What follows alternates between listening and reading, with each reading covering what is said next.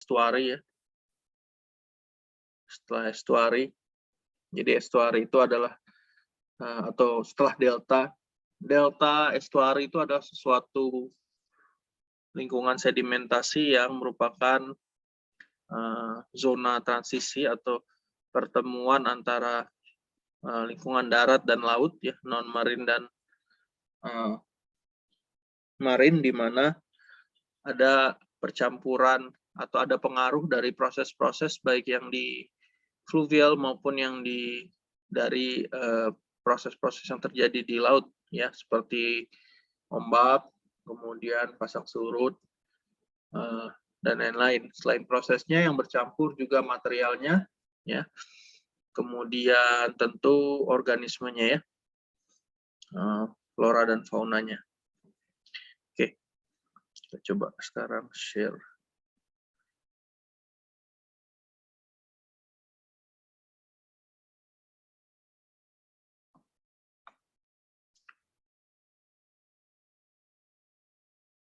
Sudah terlihat ya? Sudah, Pak. Sudah, Pak. Oke, pada dasarnya gambar ini adalah gambar dari El Capitan Reef, ya, Reef Captain di perbatasan New Mexico dan Texas. Namanya El Capitan Reef di pegunungan Guadalupe atau Guadalupe Mountains. Ya, kalau kita lihat di sini, ini reefnya berumur Permian, ya, jadi cukup tua. Reef atau terumbu yang kita kenal saat ini ya di dunia modern ya, itu disusun oleh koral utamanya ya sebagai framework builder, namun di masa lampau organisme lain yang berperan sebagai framework builder untuk membentuk wave resistant structure ataupun yang seperti ini ya. Ini kalau kalian lihat ini adalah reefnya. Reefnya itu majority didominasi oleh sponge ya, kemudian bryozoan ya, kemudian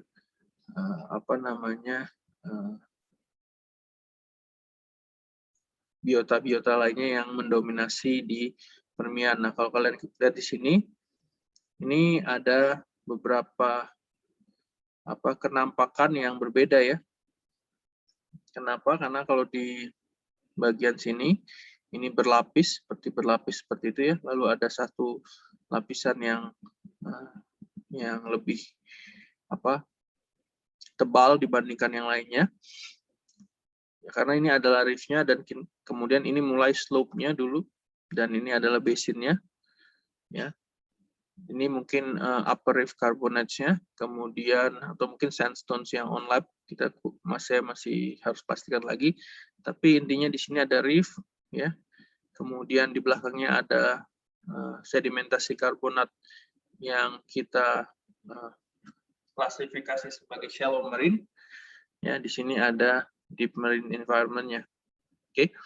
Jadi kalian harus bayangkan ini dulu laut dangkal, kemudian ada reef, di ujungnya ada slope. Slope itu adalah sesuatu yang memiliki kemiringan yang akhirnya terendapkan di cekungan, di basin of ya, deep marine.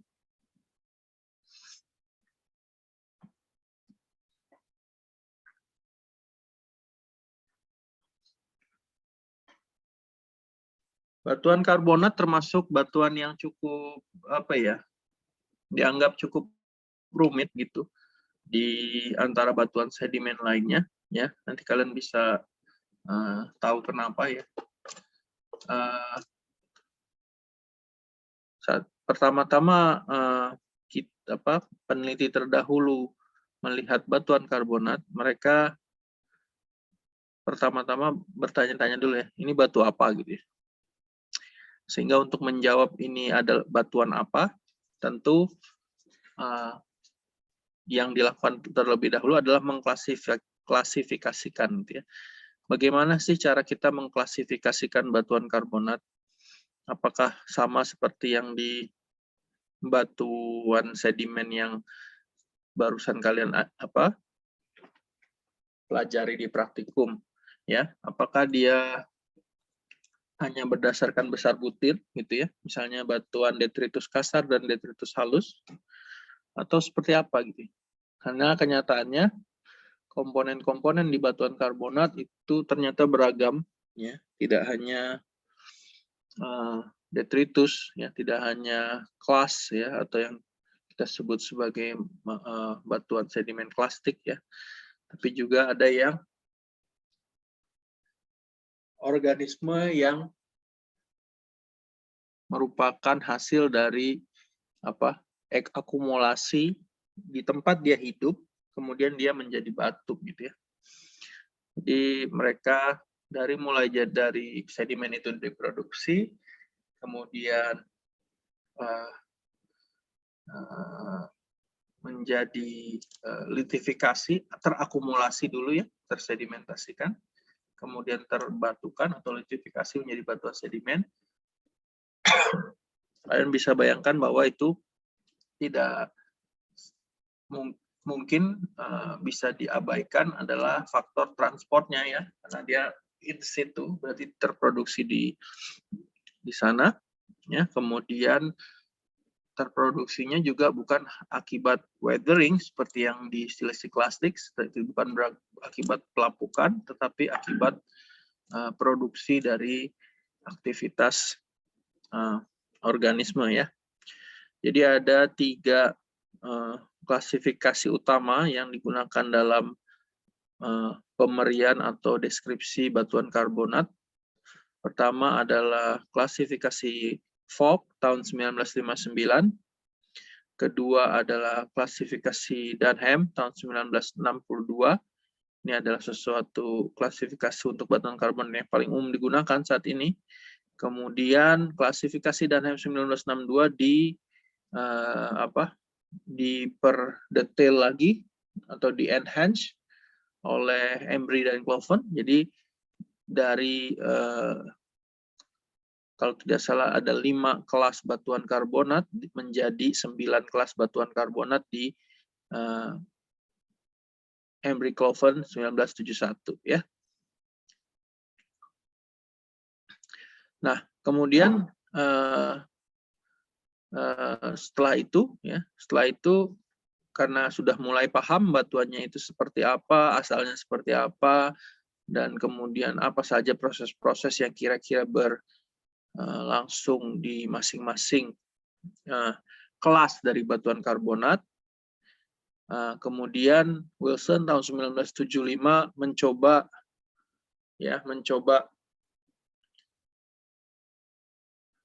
menyebarkan batuan karbonat itu secara spasial ya dalam bentuk facies belts. Apa itu facies belts? Facies belts itu adalah sabuk facies di mana misalnya kalau kita punya batuan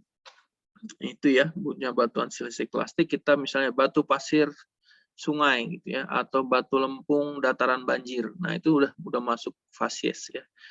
Facies itu maksudnya dia bisa mencerminkan sebarannya ya secara lateral gitu ya. Jadi kalau batu pasir channel atau sungai itu tentu sebarannya terbatas tegak lurus dari dari aksis dari sungainya, tetapi ketika dia sepanjang aksisnya dia akan memanjang gitu ya. Berbeda dengan dataran banjir yang cukup melampar. Nah, ini sama juga dengan karbonat facies, nanti Anda bisa pelajari batuan karbonat mana yang tersebar luas, batuan karbonat mana yang hanya berada di sabuk facies yang cukup sempit, ya, dan batuan mana yang memiliki karakteristik lainnya. Nah, kemudian tahun 1985, ya, Red tahun 1985 itu muncul dengan konsep karbonat platform, ya. Karbonat platform itu adalah suatu area di mana secara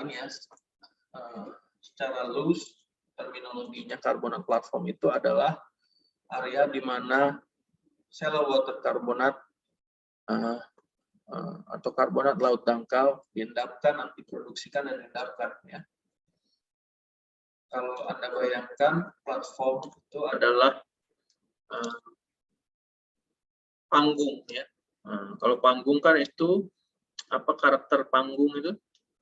Nah, panggung itu karakternya lebih tinggi ya, lebih tinggi dari sekitarnya biasanya ya kalau di panggung itu. Nah, karbonat platform itu adalah panggung di mana karbonat itu diendapkan. Kalau di kondisi sehari-hari panggung itu berada sesuatu lebih tinggi di antara yang lainnya, ini juga sesuatu lebih tinggi, tapi efeknya karena dia di dalam laut, maka efeknya adalah sesuatu yang lebih dangkal. Jadi contohnya seperti ini. Apabila ini ada muka laut gitu ya.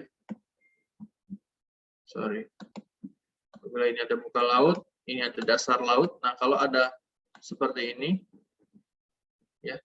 Ini daerah yang saya warnai biru. Ini kita sebut sebagai karbonat platform gitu ya.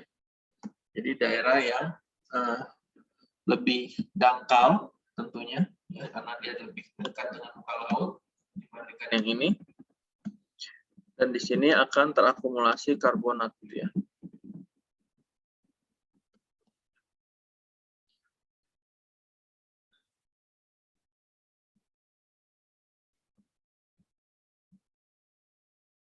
Nah, kemudian beberapa penulis yang lebih recent, yang lebih aktual dengan saat ini gitu ya, 2001, 2005 dan 2008 ini mencoba menjelaskan tidak hanya dalam segi deskriptifnya saja ya. Deskriptif itu maksudnya bentuknya seperti ini kita namakan ini ya. Nah, tapi Omar itu coba mendeskripsikan karbonat platform dari apa sih yang membuat dia memiliki bentuk seperti itu gitu ya. Nah, itu genetic approach. Jadi genetik itu adalah asal muasal ya, asal muasal karbonat platform itu ya. Jadi ada yang mengkaitkan dengan tektonik ya, seperti Bosens. Kalau di tektonik setting yang seperti ini kita sebut karbonat platformnya itu adalah A gitu ya, atau yang lainnya adalah B gitu ya. Jadi akan berbeda gitu ya, karbonat di passive margin dan karbonat di misalnya di active margin seperti itu ya. Kalau Lukasik dan Simo nanti kita coba lihat itu mencoba mensarikan atau mensederhanakan kontrol atau faktor-faktor yang mengontrol perkembangan dari karbonat platform dan reefs ya. Nah, ini coba kalian baca ya, kalian baca slide ini selama 2 menit, 3 menit ya. Ini adalah buku dari James Lee Wilson di mana Carbonate Phases in Geologic History itu dia menyebutkan apa yang kita diskusikan pada slide sini, yaitu principles of carbonate sedimentation ya, prinsip-prinsip dasar dari sedimentasi karbonat ya. Jadi coba kalian baca dulu ini ya, 2-3 menit sebentar. Nanti saya akan kembali ya, kita akan diskusi satu-satu tentang ini ya, apa saja yang ada di sini ya. Sebentar.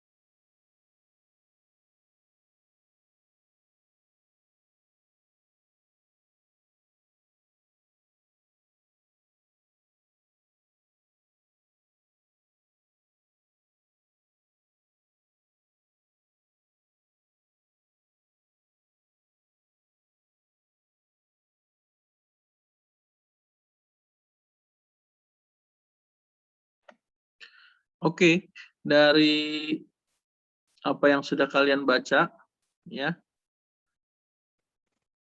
saya mau bertanya, ada nggak istilah yang belum kalian mengerti atau baru pertama kalian dengar? Nggak usah malu-malu, apabila ada, silahkan bilang. Nanti kita bahas sama-sama.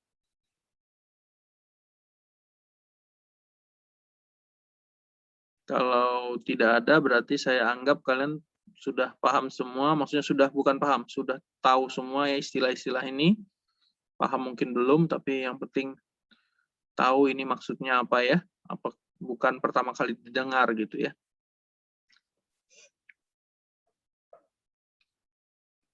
Berarti sudah oke semua ini ya? Iya Pak, sudah pernah didengar juga Pak. Iya Pak.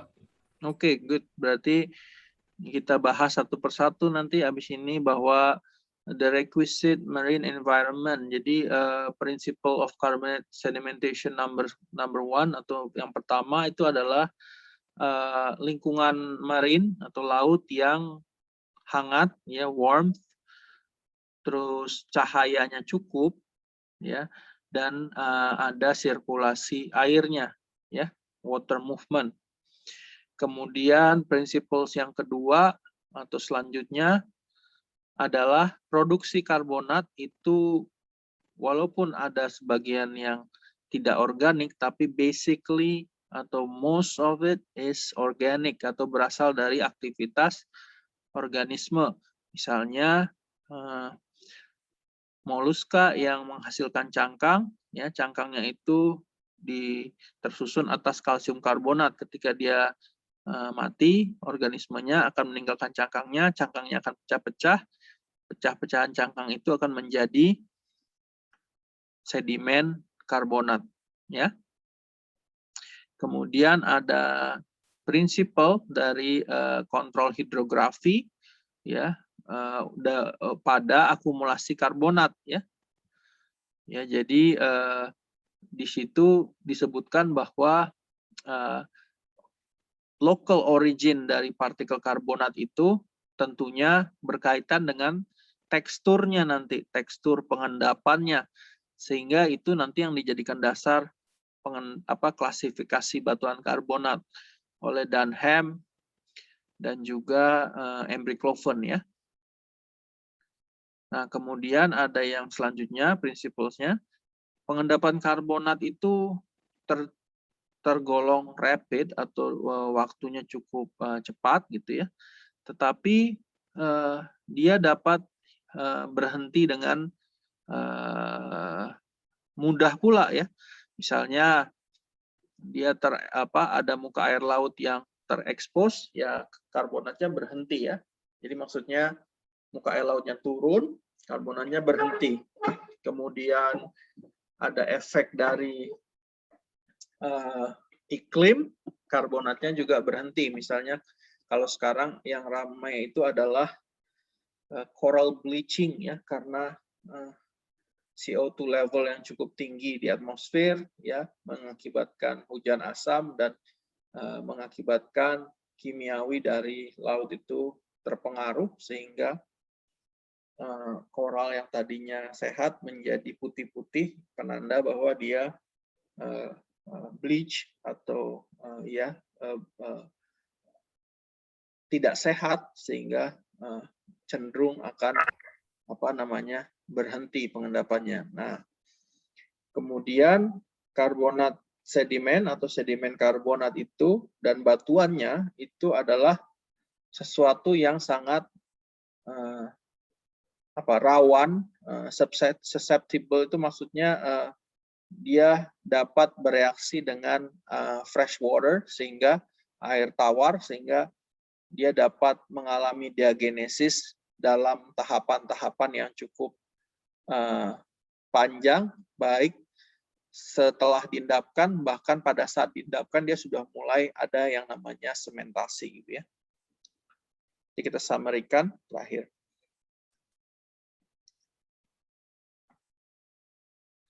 Nah, ini kalau kalian lihat ya, ini adalah peta dunia, ini adalah garis Garis apa ini? Garis bujur atau garis lintang? Garis lintang, Pak. Betul, ini garis lintang. Ya, 0 itu adalah ekuator ya, atau khatulistiwa. Ke utara itu lintang utara 20 sampai 40, ke selatan adalah lintang selatan 20 sampai 40. Nah, kalau kalian lihat di sini adalah sebaran terumbu ya dan karbonat yang ada di paparan atau shelf. Ya, kalau kalian lihat di sini di benua Amerika ada terumbunya ya yang memanjang seperti itu dan spotted dan ada yang di paparan ya. Di paparan itu maksudnya berada di laut dangkal yang ada di di daerah tersebut. Kemudian di Amerika Selatan juga ada di dekat sebelah sini bagian timur ya. Di Afrika ada sedikit reef, di Middle East juga ada ya reef dan shelf-nya sedikit. Di mana ini Madagaskar juga ada di daerah sini Afrika ini reef-nya. Kemudian di tengah-tengah sini ya di tengah-tengah lautan ya tidak kaitannya dengan benua ini juga ada ya. Ini nanti kalau kalian lihat ini adalah dari Maladewa atau Maldives ya. Yang merupakan endapan karbonat yang tumbuh di gunung api yang sudah tenggelam. Kemudian di sepanjang dari batas outer boundary dari Indonesia ya, kalau kita lihat di sini di Filipina, di utaranya Kalimantan, sebenarnya di sini juga banyak di bagian tengah Indonesia ini, terutama di bagian Sulawesi ya, dan juga di sini ada Raja Ampat. Kalau kalian lihat di sini juga kalau di kalau kalian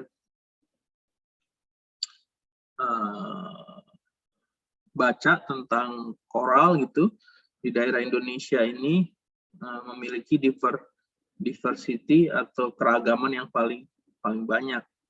Nah, kemudian kita punya reef yang memanjang seperti ini, tentunya ada pengaruh dari setting tektonik. Nah, kemudian di sini ada panjang sekali ini dari utara ke selatan di Northeast Australia, ini yang kita sebut sebagai Great Barrier Reef ya. Di belakangnya ada shelf carbonates, kemudian karbonat paparan juga ada di northwest shelf-nya, karena di situ cenderung dangkal lautnya di northwest shelf of Australia. Nah, kalau kalian lihat di sini distribusi dari karbonat sedimen sedimen karbonat modern yang ada di shallow water pada saat ini itu terkonsentrasi ya antara lintang selatan 30 derajat, kalau kita lihat di sini sampai 30 derajat lintang utara ya. Jadi kalian perlu ingat pengendapan karbonat laut dangkal itu memiliki sabuk ya. Sabuknya maksudnya antara 30 LU dan 30 LS ya. Itu adalah area di mana terjadinya sedimentasi karbonat pada saat ini. Kenapa hal itu terjadi? Nanti kita coba bahas di akhir ya. Tentunya ada tadi kaitannya dengan prinsip nomor 1 ya. Lingkungan marin yang hangat, kemudian cukup cahayanya ya, dan juga sirkulasi airnya. Nah, ini adalah diagram kalau kalian lihat kedalaman dari air laut ya, kedalaman air laut yang jernih, yang clear marine water. Jadi ada yang turbid. Turbid itu maksudnya sesuatu air yang keruh ya. Nah, kalau ini yang clear ya. Jadi di dalam clear marine water itu kedalaman 0 sampai 100 ini adalah laju produksi kalsium karbonat per unit area ya. Jadi yang paling tinggi itu adalah di 0 sampai 10 meter ya. Kalau kalian lihat di sini garisnya itu tidak linear gitu ya, tidak seperti tidak seperti ini gitu ya misalnya. Tidak seperti ini, yaitu tidak seperti ini ya. Ini tidak linear gitu ya. Tetapi melainkan dia ada zona-zona di mana dia memiliki preferensi untuk laju pengendapan karbonat tertentu, yaitu di 0 sampai 10 meter, di mana itu rate-nya bisa sampai 4 ya. Unitnya saya di sini belum ini, tapi di sini adalah 4 sesuatu ya unit produksinya, laju produksi dari kalsium karbonat. Kemudian di sini disebutkan flourishing green algae ya. Green algae itu adalah ganggang hijau ya, seperti Halimeda dan lain-lain. Itu karena dia berkembang baik berkembang dengan baik itu karena ada maximum light and open circulation. Light ini digunakan untuk fotosintesis yang kemudian in turn akan tentunya berpengaruh pada ekosistem yang lebih beragam. Kemudian stagnan sampai 80 meter ya, kalau kalian lihat rate-nya itu di sekitar 2, itu adalah batas bawah dari Halimeda atau green algae yang ditemukan di British Honduras Reef Front ya. Jadi green algae itu dapat ditemukan sampai kedalaman 80 meter di setting yang berupa clear marine water ya. Setelah 80 meter drop gitu ya. Kenapa? Karena fotosintesisnya tidak bisa lagi terjadi oleh ganggang hijau sehingga digantikan oleh organisme yang kita sebut sebagai red algae atau ganggang merah yang dapat memproses spektrum cahaya yang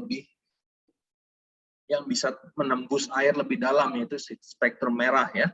Itu bisa sampai 250 meter ya. Jadi red algae, green algae itu semuanya adalah organisme penghasil kalsium karbonat ya.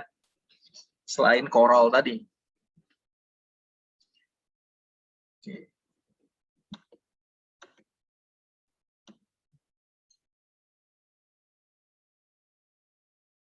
Dari sini ada yang mau ditanyakan? Belum ada, Pak. Belum ada, Pak. Oke, belum ada ya. Kita lanjut. Ini mulai ke klasifikasi ya. Klasifikasi batuan karbonat. Awalnya adalah Fogg tahun 1959, tapi ini jelas lagi oleh 1962 sama orang yang sama, Robert Fogg. Ini adalah gambar ya, skematik dari batuan karbonat yang dapat kita temukan gitu ya pada saat itu ya. Jadi yang gambar yang lebih gelap dan yang lebih diarsir ini mencerminkan komposisi dari mikrit atau mikrokristalin kalsit, atau dalam ekivalensinya dalam silisi klasik itu ada lempungnya, dan ini yang lebih bersih, tidak ada lempungnya. Nah, biasanya kalau tidak ada lempung, ruang antar butir itu diisi oleh semen berupa spar ya, sparikalsit. Kita sebut sebagai sparit ya. Jadi ini adalah klasifikasi Fogg itu berdasarkan kandungan dari lime mud matrix-nya ya. Jadi kalau over 2/3 lime mud matrix, dia punya yang disebut sebagai dysmikrit ya. Yang paling persen dari alochem atau persen dari grains-nya itu cuma 0 sampai 1%. 1 sampai 10% disebut fossiliferous mikrit ya. Kemudian persen alochemnya 10 sampai 50% disebut sparse biomikrit ya. Kemudian kalau lebih dari 50% itu disebut packed biomikrit ya. Nah, kemudian di atasnya ada yang disebut sebagai sub-equal ya. Jadi kalau spar dan lime mud hampir sama, itu disebut poorly washed biosparit. Jadi kenapa disebut wash? Karena pada dasarnya mikrite itu terendapkan kalau ada energi yang cukup rendah ya, dan juga tidak tercuci oleh ombak atau wash gitu ya. Nah, kemudian semakin ke spektrum yang kanan itu over 2/3 dari sparse ya, itu kalau sortingnya poor disebut unsorted biospharit, kalau sortingnya good disebut sorted biospharit ya. Kemudian kalau dia cangkangnya tadi sudah mulai membundar karena mungkin proses abrasi dari wave action, itu disebut sebagai rounded biospharit ya. Pada dasarnya yang di kanan ini di initial klasifikasinya pada tahun 1959 disebut biospharit, kemudian yang di sini ada biomikrite, yang paling kiri disebut dysmikrite atau fossiliferous mikrite ya. Nah, kalau kalian untuk membantu kalian membayangkannya, analogi dari klasifikasi silicic klasik atau terrigenesnya ini adalah mikrite dan dysmikrite dan juga fossiliferous mikrite itu termasuk ke dalam claystone atau batu lempung. Nah, biomikrite itu masuk ke sandy claystone atau clay sandstone ya. Nah, biospharit udah mulai masuk ke sandstone. Hanya karakteristiknya berbeda, submature, mature, dan supermature ya. Jadi kalau kalian bayangkan di praktikum, yang bagian kanan ini adalah detritus kasar, yang bagian kiri adalah detritus halus seperti itu. Nah, kemudian ini adalah klasifikasi dari Vogt, mostly adalah masih clastic texture ya, maksudnya plastics itu adalah pecahan-pecahan organisme yang kemudian menjadi sedimen yang terakumulasi gitu ya. Nah, namun di Dunham itu kita punya klasifikasi berdasarkan depositional texture. Jadi tekstur pengendapan nih. Kalau Dunham udah mulai masuk ke bagaimana dia diendapkan dan apa tekstur yang dihasilkannya. Nah, makanya Dunham membagi menjadi pola seperti ini ya, pola braided, pola terjalin seperti ini matriksnya. Pertama kita dari yang paling atas dulu. Pertama, pertanyaannya apakah tekstur pengendapannya dapat dikenali atau tidak dapat dikenali? Kalau tidak dapat dikenali, itu kita sebut sebagai crystalline karbonat, misalnya dolostone, batuan yang seluruhnya terdiri dari kristal dolomit, gitu ya. Nah, itu sudah tekstur pengendapannya seperti bentuk-bentuk organismenya sudah hilang semua, gitu ya. Nah, kalau masih bisa kita kenali depositional teksturnya, pertanyaan selanjutnya adalah apakah tekstur tersebut mencerminkan bahwa komponen itu terikat bersama pada saat pengendapan atau tidak, gitu ya. Ketika dia terikat bersama selama pengendapan, itu kita sebut sebagai bound stone. Ini biasanya ditujukan dari intergrown skeletal matter, jadi maksudnya terlihat bahwa dia ada kerangka yang tumbuh kalau dia batuannya adalah koral gitu ya. Lamination yang tidak mencerminkan kondisi yang gravity ya.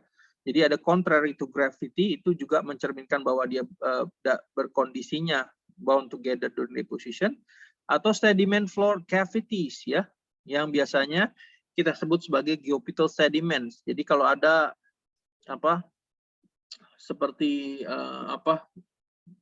cangkang itu kan ada kosongnya ya. Nah, kosongnya itu terisi oleh sedimen. Nah, ketika terisi oleh sedimen itu disebutkan di sini bahwa ada kemungkinan bahwa itu teksturnya adalah bound stone gitu ya. Ya, ataupun organic matter yang terlalu besar gitu. Jadi organisme yang terlalu besar untuk menjadi interstices ya, atau sebagai grain yang tertransport.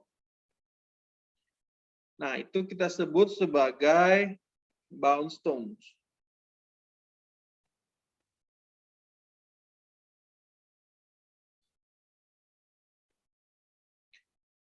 Tapi ketika dia tidak bound together, basically seperti klastik ya, dia terbentuk kemudian pecah-pecah, kemudian terayak dan kemudian menjadi butiran yang terombang-ambing. Nah, itu kembali klasifikasinya seperti fog tadi ya. Apakah pertanyaannya apakah dia mengandung mud atau mikrit atau tidak?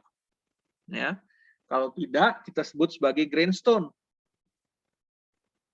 Kemudian pertanyaan selanjutnya, apabila dia punya mud, apakah dia grain supported ataupun mud supported ya? Apakah butir-butirnya saling bersentuhan ataupun tidak? Apa dia mengambang? Kalau saling bersentuhan kita sebut sebagai packstone, oke? Seperti yang tadi ada di fog, biomikrit itu adalah ekivalensinya adalah packstone. Kemudian apabila dia mud supported diklasifikasikan lagi apakah grainnya lebih besar atau lebih kurang dari 10%. Kalau lebih besar dari 10% kita sebut sebagai wakestone.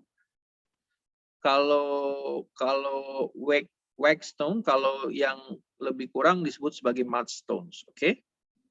Jadi kalau kita lihat di sini ada 1, 2, 3, 4, 5, 6. Sorry, ada 6 original kelas dari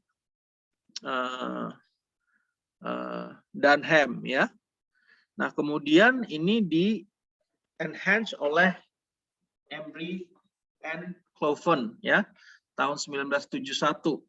Boundstone ini dibagi menjadi 3 oleh Embry dan Cloven menjadi bevelstone, bindstone, dan framestone tergantung karakteristik dari organismenya ya. Ketika dia sebut framestone ada rigid framework, ketika dia bindstone dia ada seperti kayak kerak-kerak gitu ya, encrust, dan bevelstone itu bisa menurunkan energi pengendapan. Nah, kemudian ada tambahan lagi ya dari yang klastiknya atau not bound together atau sebut alloctonous. Ketika butirnya lebih besar dari 2 mm dan dia grain supported kita sebut sebagai rudstone. Dan kalau dia mud supported kita sebut sebagai floatstone atau butir-butirnya mengambang di massa dasar yang lebih halus. Ya, yang lainnya masih sama. Jadi dari 6 menjadi 1, 2, 3, 4, 5, 6, 7, 8, 9, 10 sama kristalin karbonat ya. Jadi dari 6 kelas menjadi 10 kelas. Oke. Nah, kemudian di sini kita lanjut ya, tadi klasifikasi mungkin secara cepat. Nanti di belakang ada gambarnya yang lebih mencerminkan. Ini kalau kita lihat di sini ada tabel ya dari sama ini dari bukunya James Louis Wilson di bagian chapter dari Principles of Carbon Sedimentation. Kalau kita lihat di sini bahwa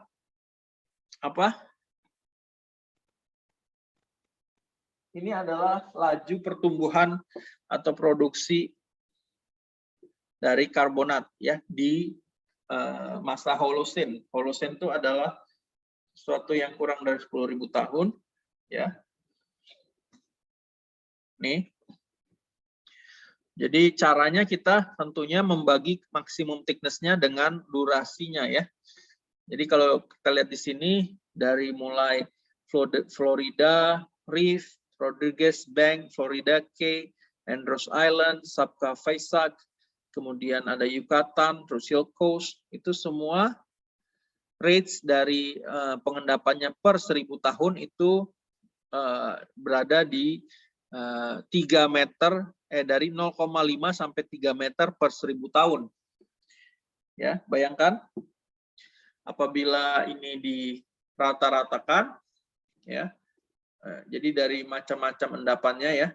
Reef, open sea bank, lagoon, tidal flats, sabka ya.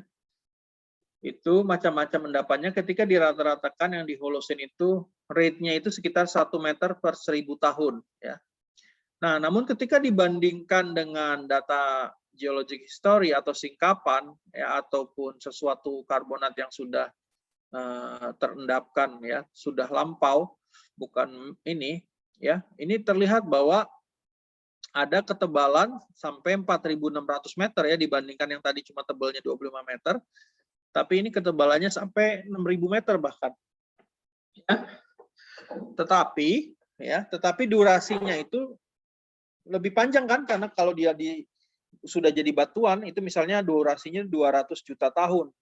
Nah, ketika ketebalan tersebut dibagi ya, itu ternyata jauh lebih kecil. Rata-ratanya hanya 0,04 meter per 1000 tahun. Jika dibandingkan dengan yang Resen atau Holosen, itu 25 kali lipatnya ini. Ya. Nah, itulah yang mengakibatkan orang-orang bertanya ya, kenapa di rock record atau stratigraphic record atau di batuan yang dapat kita kenali itu pengendapan karbonat lajunya hanya 4 cm per 1000 tahun, dibandingkan di saat ini apabila kita ukur itu sampai rata-ratanya 100 cm per 1000 tahun. Jadi berbanding sekitar 25 kali lipat lebih tinggi kalau kita ini. Apakah itu menjadi sesuatu yang melanggar uniformitarianism atau the present is the key to the past gitu ya. Nah, itu juga ini yang tadi disebutkan bahwa dalam waktu Holosen itu mungkin tidak mengakomodir waktu-waktu di mana pengendapan karbonat tersebut berhenti ya. Karena misalnya karena iklim, karena tektonik dan lain-lain gitu ya. Sedangkan kalau di sini sudah tentunya memperhitungkan break dari pengendapan karbonat tadi. Makanya disebutkan bahwa ketebalan ini terjadi itu mungkin karena endapan karbonat yang sporadis, tidak kontinus ya dalam jangka waktu ratusan juta tahun ini. Gitu. Oke.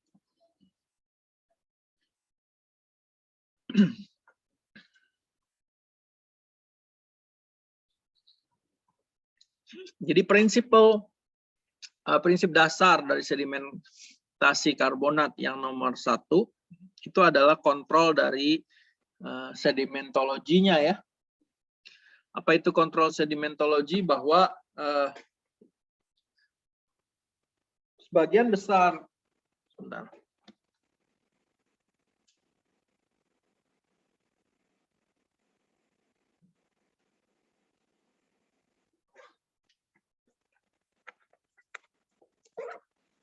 Sebagian besar karbonat, sedimen karbonat itu dibentuk atau terbentuk atau diproduksikan di lingkungan pengendapan yang cukup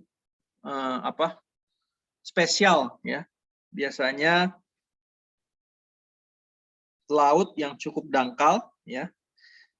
Kemudian hangat dan juga clear marine water. Maksudnya di sini kalau dia dangkal, dia hangat tapi tidak clear, itu biasanya juga karbonat tidak akan bagus tumbuhnya ya. Seperti yang tadi kita lihat di sebarannya, itu walaupun dia semuanya berada di antara 30 derajat lintang selatan dan 30 derajat lintang utara, tidak semuanya memiliki endapan karbonat kan? Ya, itu jawabannya adalah ini gitu ya. Bahwa harus 3 hal atau 4 hal tadi terpenuhi. 1 dia dangkal, 2 dia hangat, 3 dia jernih, 4 ada sirkulasi airnya. Ya, karena kalau tidak ada sirkulasi air menjadi tinggi salinitasnya. Ketika salinitas tinggi, organisme penghasil karbonat juga akan menjadi terbatas ya. Kemudian pembentukan dari sedimen karbonat itu pada dasarnya adalah autochthonous. Autochthonous ini lawan katanya allochthonous, ya kan? Apa itu autochthonous?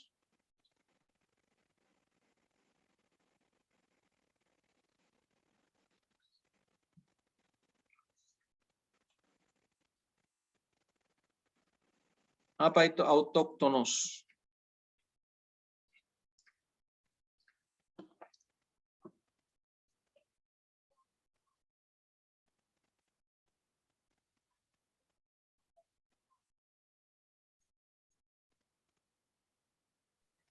Sedimen yang ditemukan di tempat yang sama, Pak. Di mana mereka terbentuk, Pak. Betul. Ya, itu bagus jawabannya.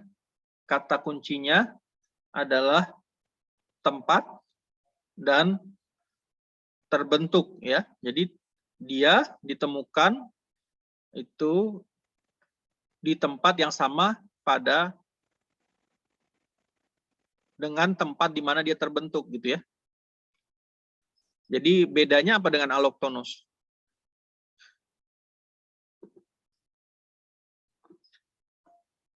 Ya, allochthonous ya kebalikannya, ya.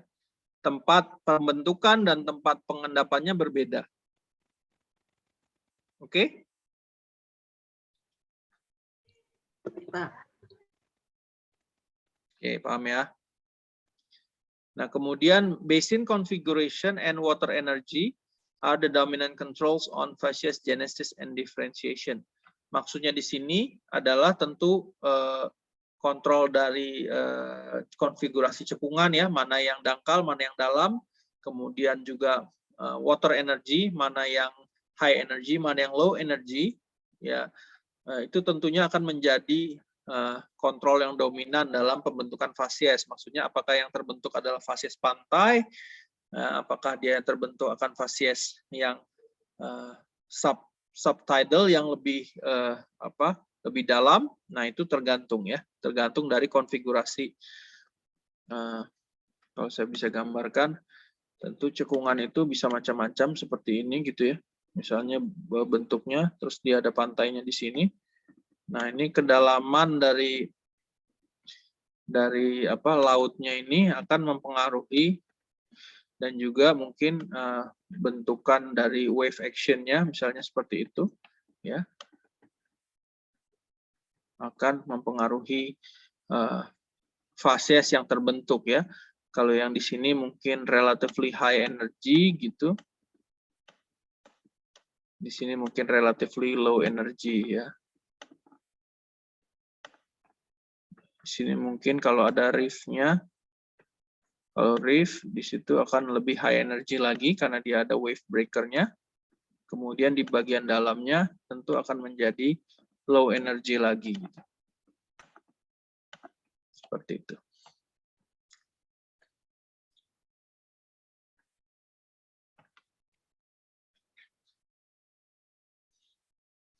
Nah, kemudian prinsip dasar selanjutnya dari sedimentasi karbonat adalah pengaruh dari aktivitas biologis atau biological influences, ya. Nah, pembentukan karbonat itu basically biochemical. Maksudnya di sini adalah either dia terbentuk akibat organisme ataupun presipitasi dari kimiawi. Jadi karbonat formation itu hanya sedikit. Jadi ini kontras dengan yang tadi, ya, siliciclastic. Kontras, ya. Jadi pembentukannya itu bukan karena pelapukan batuan dasar, ya, atau disintegrasi dari batuan asal, bukan, ya. Makanya ada juga yang ada juga yang mengatakan kata-katanya itu, ya, carbonate is born, nah, gitu, ya. Artinya karbonat itu dilahirkan, tadinya nggak ada jadi ada, gitu. Karena apa? Ya karena aktivitas organisme. Paham, ya? Kalau yang siliciclastic kan harus ada batuan dasarnya dulu, ya. Kemudian mengalami pelapukan dan hasil disintegrasi atau pelapukan tadi tererosi menjadi sedimen-sedimen detritus yang lebih istilahnya lebih halus gitu ya, lebih kecil size-nya. Oke.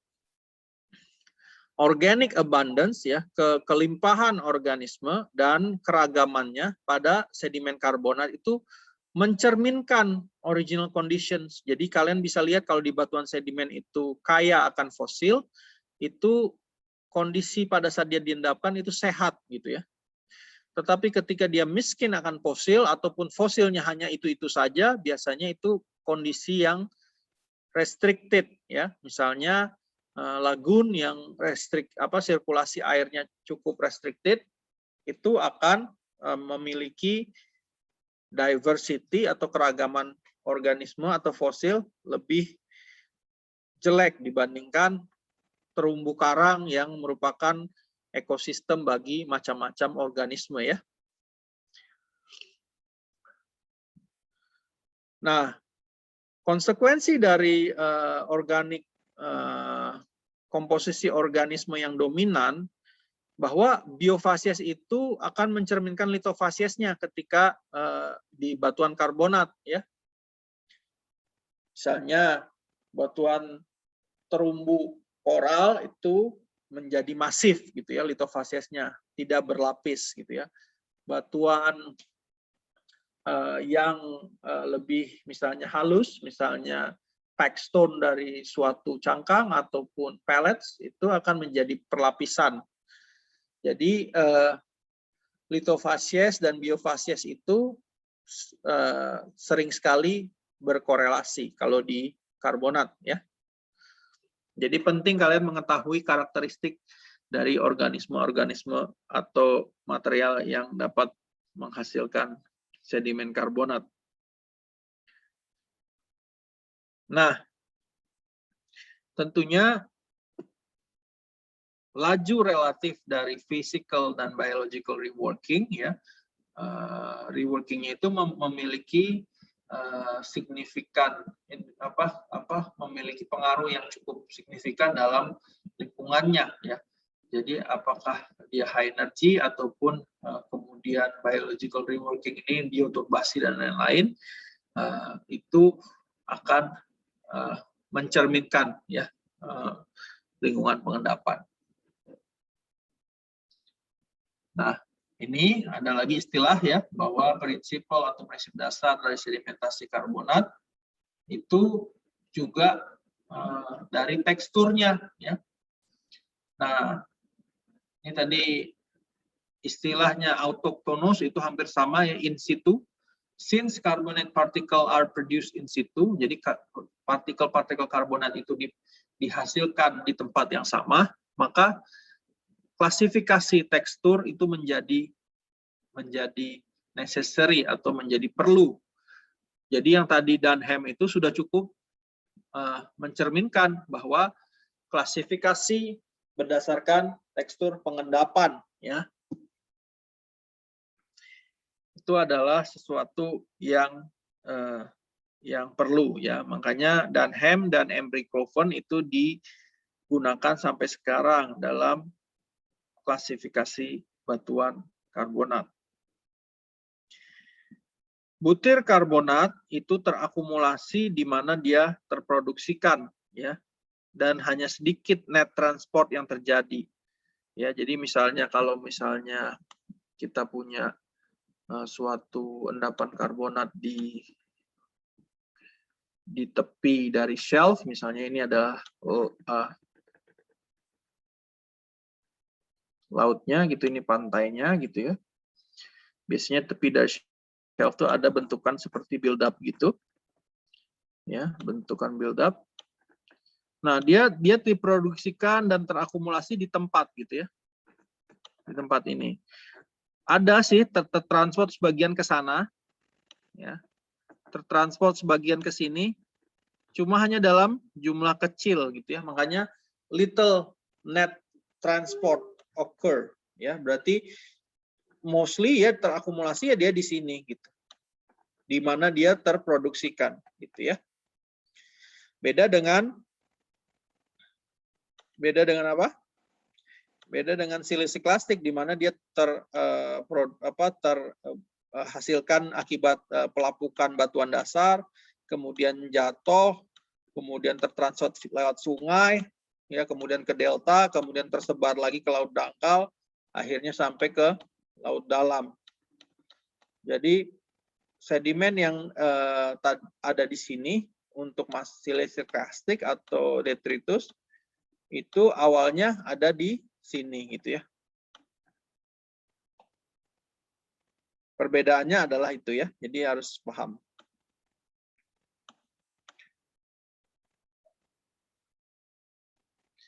Tekstur dari banyak pasir karbonat atau butir karbonat itu biasanya lebih tergantung pada nature atau karakter dari skeletal producers-nya ya. Maksudnya apakah itu moluska, apakah itu gastropoda, apakah itu echinodermata ataupun yang lainnya ya. Itu adalah nature-nya tergantung dari organisme penghasil sedimen karbonatnya. Dibandingkan external agents. External agents di sini adalah tentunya ya faktor-faktor luar yang mempengaruhi tekstur dari pasir karbonat tersebut.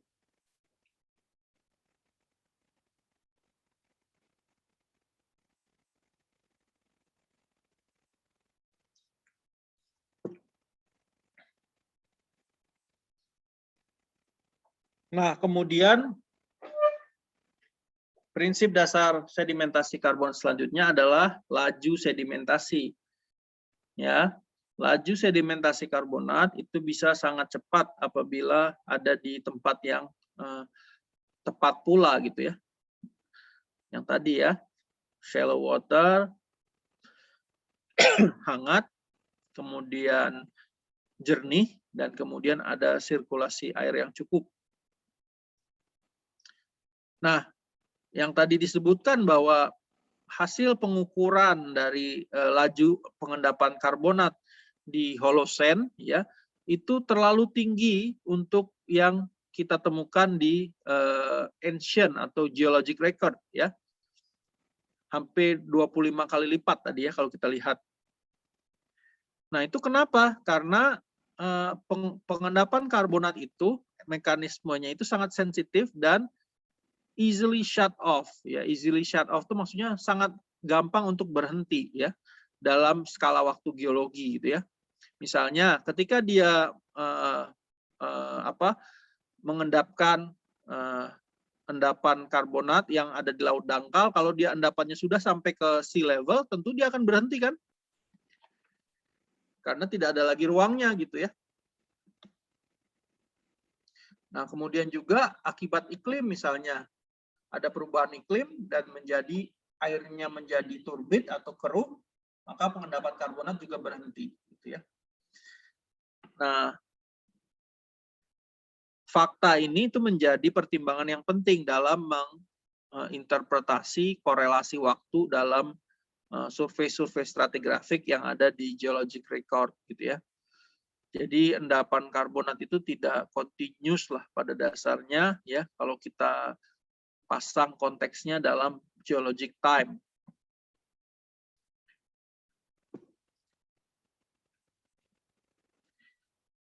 Selain itu juga ya karbonat, prinsip dasar dari sedimentasi karbonat, sedimen karbonat itu sangat terpengaruh oleh daya genetik ya. Proses-prosesnya itu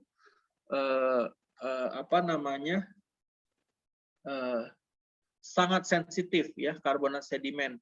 Itu bahkan perubahan dari karbonat sedimen itu terjadi pada saat dia masih berupa butir-butir yang lepas ya pada saat pengendapan dan terus berlanjut pada saat dia diendapkan di sea floor. Apa saja sih yang perubahan yang terjadi itu biasanya dalam bentuk larutan atau mineralogical, perubahan mineral ya pada saat karbonat sedimen itu terekspos pada kondisi subaerial atau di atas muka laut dan juga ada freshwater environment. Freshwater environment itu contohnya kalau kalian lihat di morfologi karst itu adalah batuan karbonat yang terekspos dengan air tawar sehingga dapat terlarut. Nah, perubahan-perubahan yang terjadi pada dia karena dia genesis pada berbagai tahap di litifikasi tersebut itu dapat disederhanakan menjadi dua perubahan, yaitu perubahan yang mengisi porositas atau sementasi kita sebutnya, atau perubahan yang membuat atau menghasilkan porositas atau dissolution atau pelarutan. Jadi kalau dia larut, tentu mineral yang tadinya sudah menjadi padatan menjadi void, menjadi ruang sehingga meng-create porosity. Tapi di dalam porosity tersebut apabila ada sementasi, tentu porositasnya akan berkurang ya. Sampai sini ada pertanyaan?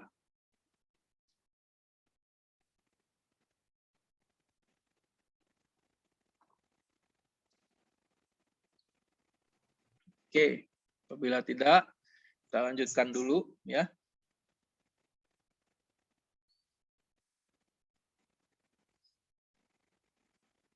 Oh, by the way, sebentar. By the way, kalian tingkat berapa ini?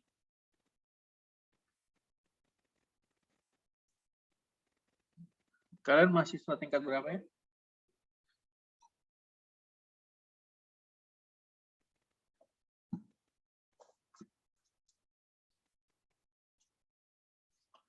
Halo? Ya, Pak. Kalian mahasiswa tingkat berapa? Untuk sekarang semester 3, Pak. Oh, baru semester 3 ya? Iya, Pak. Oke. Ya, karena saya ada dijadwalkan untuk menjadi dosen pengampu atau membawa kalian, mungkin kakak kalian ya, kuliah lapangan nanti tanggal 22 sampai tanggal 29. Ini mungkin saya dan beberapa dosen lainnya dari TB ke Ambon nanti akan ekskursi ke Ambon dan ke Seram kalau tidak salah.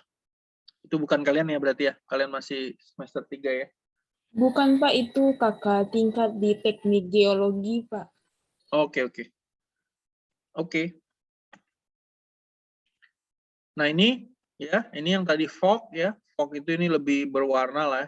Ini intinya apakah dia lebih banyak hijaunya, apakah lebih banyak birunya ya. Kalau hijaunya lebih banyak disebut mikrit, kalau birunya lebih banyak disebut sparit. Nah, yang di tengah-tengah itu adalah grains-nya ya. Apakah dia interclass, apakah dia oolith, apakah oolith ya, apakah dia fosil, apakah dia pellets ya. Nah, sedangkan ini tadi ya yang kita sebut sebagai Dunham dan Embry-Cloven ya, kita punya ada 10 klasifikasinya, 1 2 3 4 5 6 7 8 9 10 ya. Oke. Maksudnya di sini boundstone ini menjadi 3 dan ada satu yang tidak disebutkan di sini adalah crystalline limestone ya. Sehingga kalau Anda lihat di sini bahwa kalau boundstone itu terdapat 3 karakter yang berbeda antara framestone yang merupakan rigid framework, kemudian baffled bindstone yang merupakan sesuatu yang encrust atau menjadi kerak ya, kerak yang saling mengikat ya. Kemudian ada juga baffles, yaitu seperti kayak kipas bawah laut itu membuat energi yang di sekitarnya itu relatively high menjadi baffled. Baffled itu menjadi lebih rendah sehingga akan terkumpullah di sini sedimen-sedimen karbonat yang berupa baffle stones.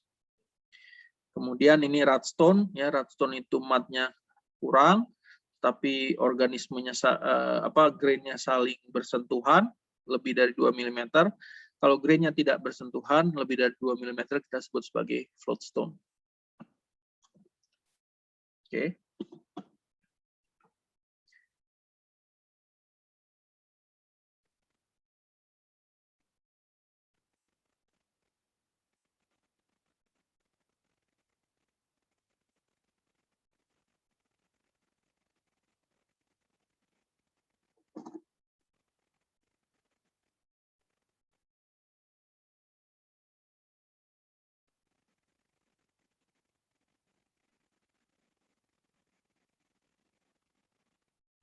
Nah, ini tadi klasifikasi batuannya ya. Nah, ketika batuan jenis-jenis batuan tersebut kita letakkan di lingkungan pengendapannya, terjadilah apa yang kita sebut sebagai sabuk fasies atau fasies belt.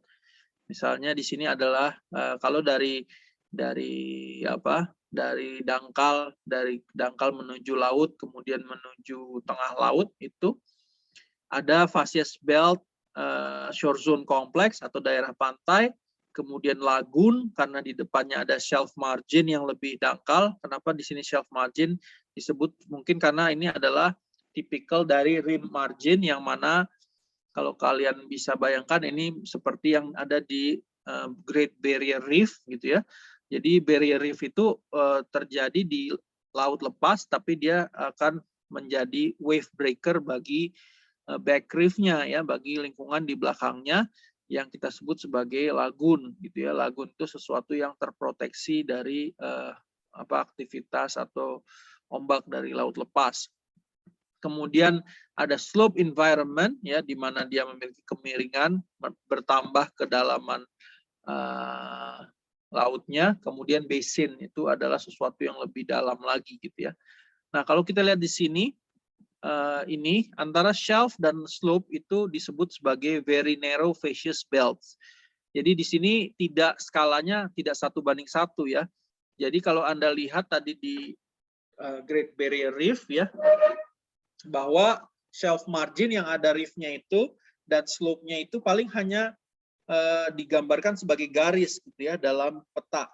Sedangkan belakangnya lagun sampai pantainya itu akan menjadi lebih jauh ya, lebih luas. Nah, ini biasanya dalam ukuran 10 sampai ratusan kilometer panjangnya. Sedangkan biasanya kalau yang reef sampai slope itu hanya di beberapa kilometer saja. Misalnya 5 kilometer. Kemudian kembali ke sangat wide di basinnya gitu ya. Nah, ini karakteristik ini facies belt-nya, dan ini adalah karakteristik dari facies belt tertentu. Misalnya kalau kita lihat di shore zone kompleks, ada jangan shore zone deh, di reef aja yang tadi kita sebut, ada framework reef, including patch, fringing, and barrier. Kemudian ada submarine mobile sand flats, ya, jadi ada sand flats yang di submarine-nya. Ada Greenstone Islands-nya. Greenstone Islands itu maksudnya ada pulau-pulau yang merupakan kumpulan dari pasir atau butir karbonat yang sangat bersih gitu ya. Dan juga ada biothermal mound on the interior margin ya. Jadi ini berasal dari Wilson tahun 1975. Ini harus kalian pahami untuk mempelajari karbonat gitu ya.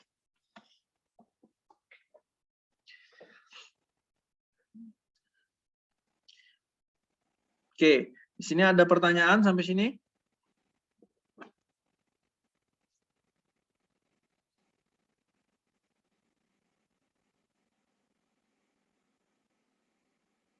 Belum ada, Pak. Ya, tidak ada, Pak. Oke, belum ada.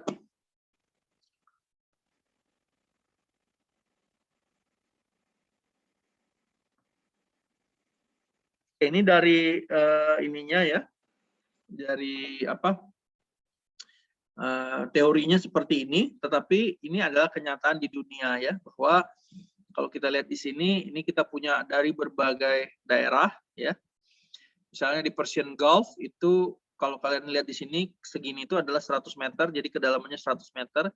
Ini bahwa di sini mungkin shore zone kompleks ya, kemudian lurus ada shelf gitu ya. Tidak ada barrier reef-nya, nggak ada shelf margin-nya, tiba-tiba ke basin gitu ya. Jadi karakternya bisa berbeda-beda. Shark Bay juga seperti itu. Shark Bay mungkin sampai 20 meter saja kedalaman airnya. Ini adalah shelf tadi ya, shelf karbonat yang kita lihat di awal.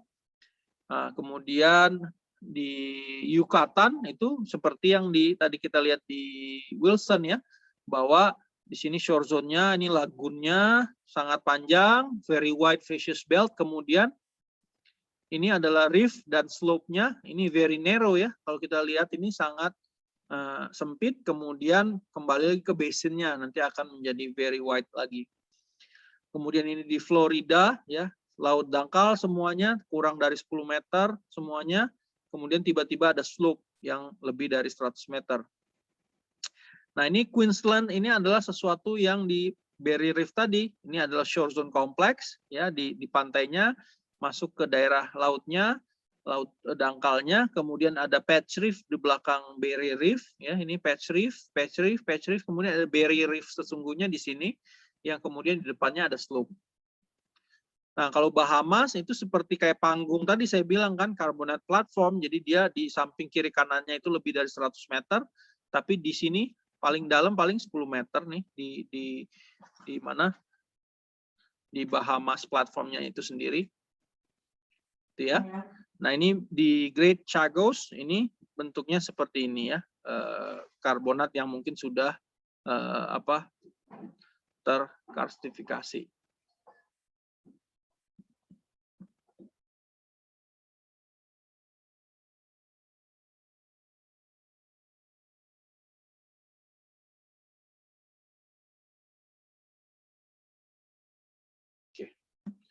Kemudian di Blake Plateau malah laut dangkalnya hanya sedikit saja, kemudian tiba-tiba drop ya. Jadi slope kemudian menjadi basin. Gitu ya. Jadi karakteristik dari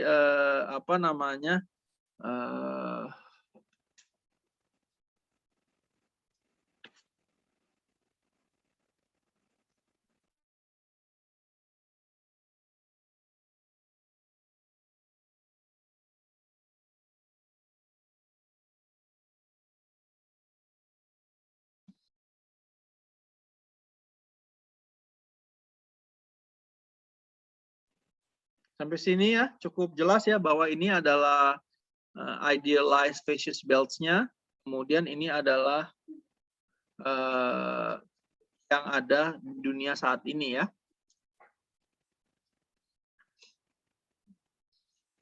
Oke. Nah, kemudian kontrol dari perkembangan dari karbonat platform dan reef itu ya, itu ada di Lukasik dan Simo tahun 2008 yang menjelaskan bahwa yang mengontrol perkembangan dari karbonat platform dan reef itu adalah satu, kondisi yang kondusif untuk karbonat production ya tentunya decrease fine grain clastic input, dia jernih, dan juga ada plus di sini faktor dari akomodasi dan akumulasinya. Akomodasi itu tentu adalah ruang yang tersedia untuk diendapkannya karbonat dipengaruhi oleh eustasi, tektonik, dan ekologi. Kemudian untuk akumulasi itu adalah hasil perkalian dari production dan distribution ya. Jadi dipengaruhi oleh seperti ekologi, temperatur, trophic resources, nutrients, and turbidity. Kalau distribution tentu kaitannya dengan sirkulasi air ya, akibat oceanography, hydrodynamics, dan juga salinitas. Nah, ini adalah mungkin kalian perlu snapshot ya. Ini adalah sesuatu diagram skematik yang menunjukkan seluruh kontrol yang berperan dalam pengendapan karbonat ya. Mulai dari eustasi yang mempengaruhi naik turunnya air laut yang tentunya akan berpengaruh terhadap akomodasi dan akumulasi. Ya, kemudian juga ada tektonik ya. Tektonik ini akan mempengaruhi akomodasi dan antecedent topografi ya. Apakah dia naik atau turun ya. Kemudian climate ya, climate akan mempengaruhi sediment supply, nutrient supply, temperatur, dan aridity atau keringnya. Kemudian water temperature tentu akan mempengaruhi akumulasi dari karbonat dan produksinya, yang in turn akan berpengaruh terhadap ekologi ya, ekologi di sini ya. Ekologi ini apakah menjadi zona terumbu karang ataupun yang lainnya, yang kemudian dipengaruhi oleh aktivitas pergerakan air laut yang kita sebut sebagai hydrodynamics yang mempengaruhi distribusi dan akumulasi, dan juga oceanografi yang mempengaruhi temperatur, hydrodynamics, dan nutrients ya.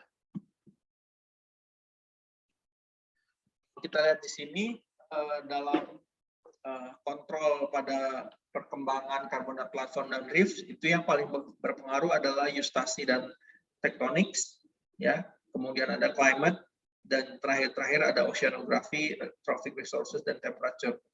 Jadi eustasi dan tectonics itu sangat berpengaruh dalam perkembangan. Ya, perkembangan batuan karbonat itu atau karbonat platform itu kita bagi menjadi 3 tahap: inisiasi atau awal mulanya, growth atau pertumbuhannya, demise atau kematian atau menjadi pengendapannya berhenti ya. Kemudian kontrol dalam development karbonat platform dan reef dari kaitannya di skala geografiknya, tentu eustasi dan tektonik juga sampai dari mulai platform scale, basin scale, regional scale sampai global scale dia berpengaruh ya, eustasi dan tectonics. Dan kontrol-kontrol selanjutnya seperti climate dan oceanography itu up to regional.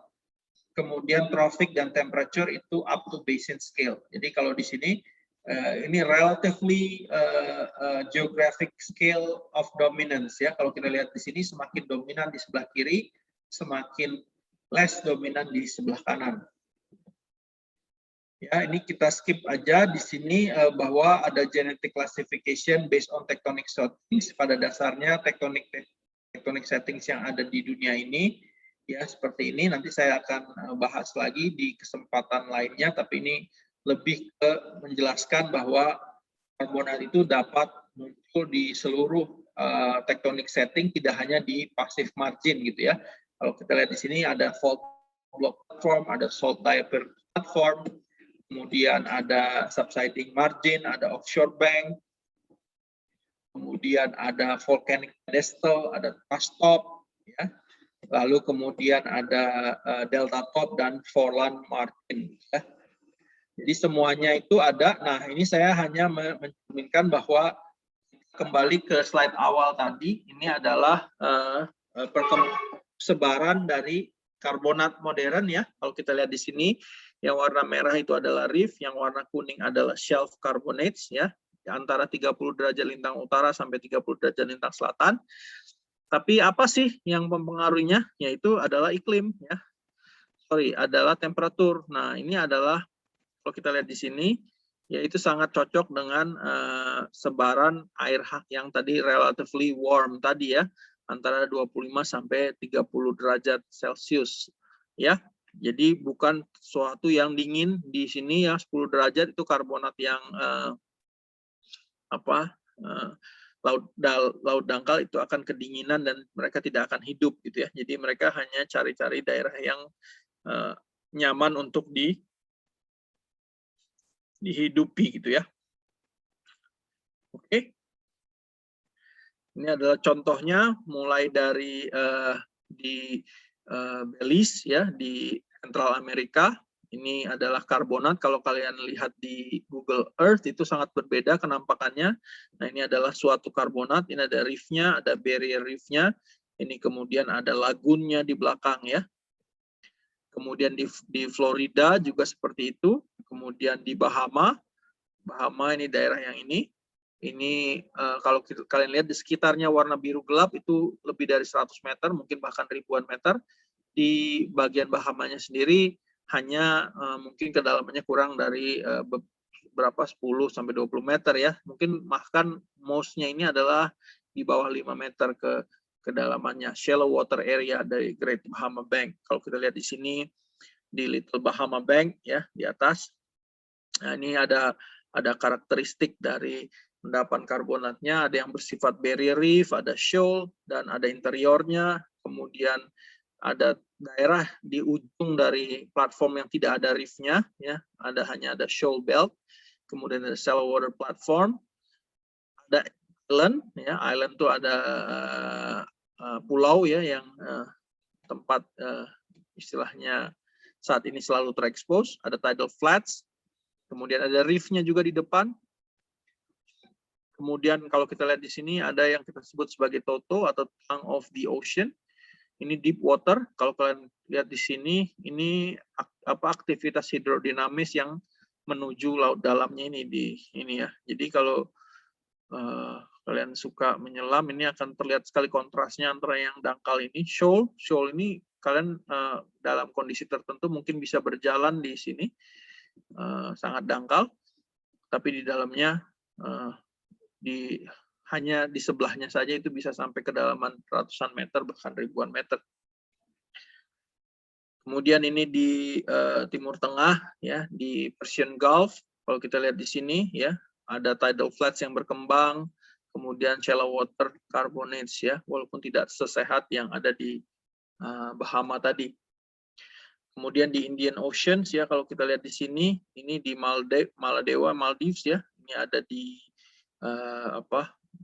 Tiladum Mati Atoll, kemudian Lavdivulu Atoll ya. Kemudian ada Malos Madulu Atoll. Kalau kita lihat di sini, di sekitarnya adalah laut yang cukup dalam, tetapi di bagian-bagian yang membundar ini adalah sesuatu endapan laut dangkal yang memproduksikan sedimen karbonat. Kemudian kita lihat di Northwest Shelf of Australia, kita punya Shark Bay di sini yang ada stromatolites ya. Kemudian di sini bagian northeast of Australia itu adalah Great Barrier Reef-nya itu tadi yang memanjang sampai ribuan kilometer ya, dari mulai di utara sampai ke selatan. Nah, kalau kalian lihat di sini itu ini yang saya maksud tadi, facies belts-nya sangat sempit ya. Yang barrier reef-nya itu hanya segaris diwakili oleh garis. Di lagunnya akan sangat wide, di basin juga akan sangat wide gitu. Tapi yang barrier sampai atau self margin sampai slope-nya itu sangat sempit, biasanya hanya hitungan beberapa kilometer saja ke lebar dari sabuknya. Maksud saya sabuk itu ginilah, supaya kalian bisa ngebayangkan juga ya. Mungkin saya gambarkan seperti apa ya. Mungkin ini formatnya ini bisa pakai itu ya. Oh, highlighter aja ya. Nah, ini kan kelihatan ini belt, ini adalah sabuk ya. Nah, kelihatan ya? Nah, sabuk yang ininya tuh sempit gitu loh. Nah, tapi kalau sabuk yang misalnya si lagunnya itu lebih belakangnya itu akan lebih luas gitu ya. Mungkin ada 2 garis lah gitu ya. Seperti itu. Nah, ke depannya basinnya juga akan jauh lebih ini lagi. Lebih wide lagi beltnya.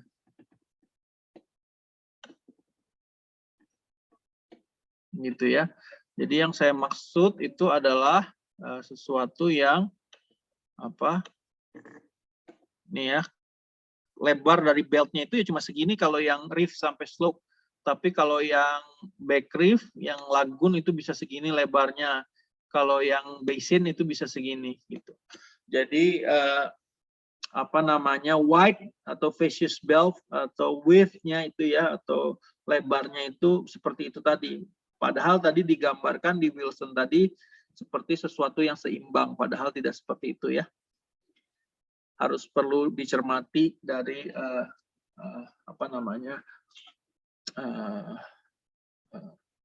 schematic diagram tersebut ya. Oke. Sampai di sini ada yang ditanyakan?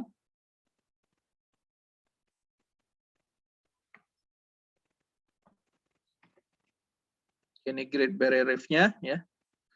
Oke, apabila tidak, ini adalah silakan di screen snapshot. Ini adalah useful links-nya untuk karbonat terutama ya. Kalian bisa baca-baca di sini ya. Ini dari sekolah saya di Amerika di UT, University of Texas at Austin. Di sini ada modul-modul untuk latihan ya, pengetahuan Anda tentang karbonat. ada yang dasar, ada yang intermediate, ada yang cukup menuju advance. Kemudian ini dari SCPM, organisasi yang membawahi lah ya istilahnya penelitian para peneliti di batuan karbonat. Kemudian dari sini carbonatworld.com ini juga banyak gambar-gambar batuan karbonat dalam bentuk sayatan tipis ya, atau di under microscope. Jadi kalian bisa lihat berbagai macam jenis grains atau fossilsnya itu dari sini ya. Oke, mungkin dari saya sekian ya. Apabila tidak ada pertanyaan, nanti saya tentukan lagi waktu tesnya ya. Baik, Pak. Baik, Pak. Oke, terima kasih. Selamat pagi. Assalamualaikum warahmatullahi wabarakatuh. Ya, semoga sehat selalu ya semuanya. Waalaikumsalam. Selamat Pak. pagi, Terima Pak. kasih, Terima kasih banyak, Pak. Oke, saya stop share ya. Saya izin leave. Terima kasih banyak.